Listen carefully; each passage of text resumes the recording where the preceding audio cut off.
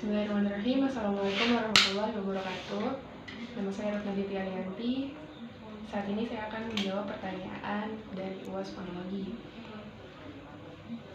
Pertanyaannya adalah pentingnya fonologi, manfaat fonologi, dan hal-hal apa saja yang penting dalam mempelajari fonologi. Fonologi itu berkaitan erat, pentingnya fonologi itu berkaitan erat dengan manfaat yang didapatkannya dan hal-hal apa saja yang penting di dalamnya. Fonologi merupakan asas pembentukan bahasa baku yang biasanya jauh berbeda dengan bahasa sehari-hari atau bahasa tidak baku. Manfaat yang ada di dalam fonologi itu berkaitan erat dengan pentingnya fonologi itu sendiri. Apa saja manfaat fonologi itu? Manfaat fonologi bisa secara praktis dan secara teoritis. Secara teoritis yaitu untuk pembelajaran terhadap fonetik atau fonemik itu sendiri, atau dalam kata lain fonologi itu sendiri. Dan secara praktisnya adalah untuk pemecahan masalah yang biasanya terjadi tentang sebuah bahasa. Sebagai contoh, bila kita ingin mempelajari bahasa kedua atau bahasa selain bahasa ibu. Sebagai contoh, saya ingin mempelajari bahasa Inggris yang mana bahasa ibu saya adalah bahasa Indonesia. Jadi untuk mempelajari bahasa Inggris, saya harus mempelajari fonologi tentang bahasa Inggris itu. Kemudian apalagi manfaat praktisnya ketika kita ingin memberikan pelajaran kepada seorang yang tunawicara. Yang pasti kita harus memberikan pelajaran tentang fonologinya.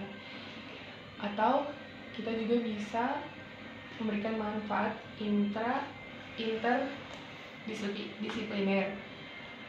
Seperti contohnya psikolinguistik atau hal semacam itu. Nah, hal-hal yang mesti dipelajari dalam fonologi itu adalah fonemik dan fonetik itu sendiri.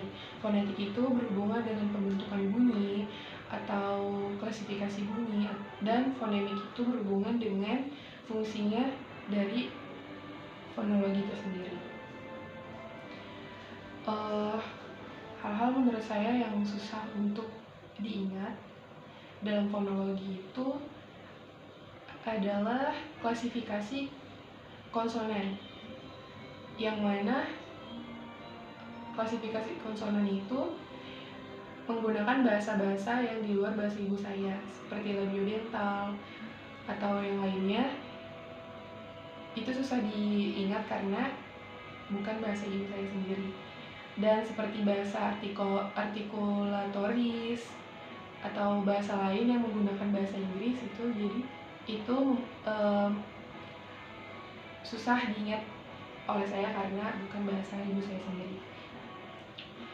Kesan dan pesan yang saya dapatkan selama ini, kesannya adalah saya tertarik dengan mata kuliah fonologi karena dengan fonologi saya jadi bisa belajar banyak. Saya jadi mempunyai gambaran bagaimana caranya untuk mempelajari bahasa kedua atau bahasa selain bahasa ibu, seperti contohnya bahasa Inggris atau bahasa Arab atau bahasa Cina atau bahasa yang lainnya. Jadi saya mempunyai gambaran bagaimana sih caranya lebih mudah untuk mempelajari sebuah bahasa. Dan tentunya saya mendapatkan lebih banyak ilmu dan pengetahuan. Lalu pesannya adalah agar supaya kita lebih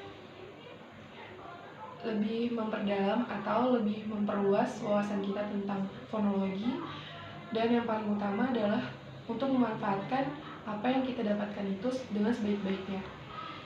Sekian jawaban dari saya. Mohon maaf atas kekurangannya. Wassalamualaikum warahmatullahi wabarakatuh.